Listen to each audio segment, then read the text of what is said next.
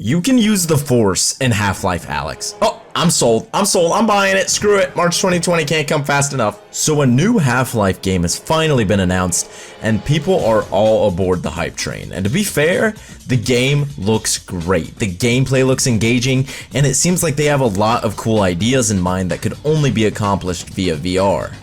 Sifting through items for ammunition, letting one of your hands be scanned while you fight off enemies approaching you, pulling objects towards you from a distance, which I'm sure could be used in a variety of creative ways. That mechanic in particular is pretty genius. That way, you don't constantly have to be reaching out and picking things up and dropping them, and something's just out of reach, but you gotta stretch just a little further. You won't have to deal with that anymore with this game. Combat could be done creatively with it as well. I could totally feel some Super Hot-like vibes from the gameplay. So there's a lot the game is doing right. Some have expressed dissatisfaction with the game being VR exclusive, and I can see why they're upset. Fans have waited such a long time for a continuation to the cliffhanger of a conclusion that Half-Life 2 had. And to see the next game in the series be on VR could be seen as a slap in the face to fans. VR has a huge barrier to entry right now. If you want the best VR experience, a Valve Index is gonna cost you $1,000 on top of the beast of a PC you'd have to build, which could run that price tag up even more.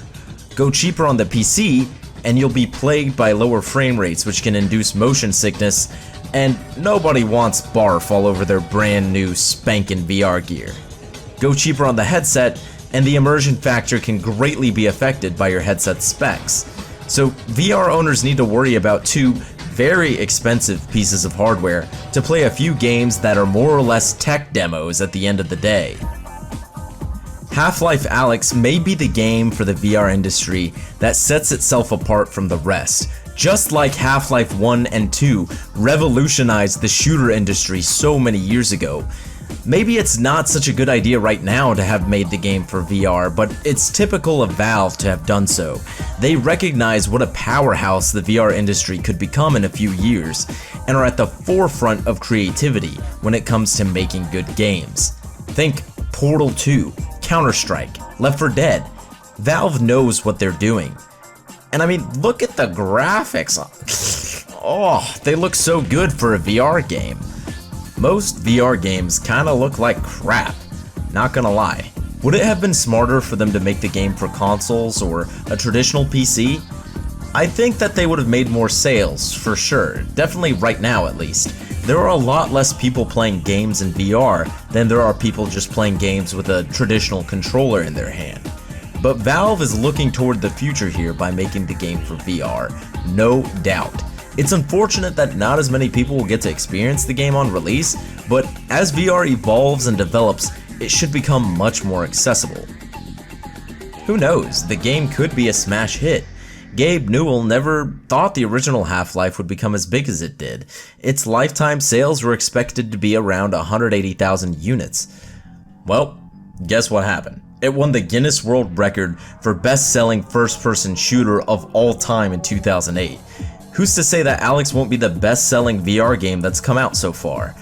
I sure as hell want to buy a VR kit now that I've seen the trailer for Half-Life Alyx, and I wasn't even remotely interested in VR beforehand.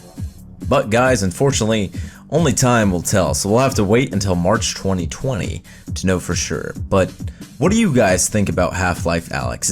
Is this the Half-Life game we've all been waiting for? Let me know down in the comments below what you all think, and don't forget to hit that like button if you liked the video, or dislike it if you disliked it. And finally, last but not least, subscribe or Half-Life 3 is never coming out, guys. The devs told me themselves.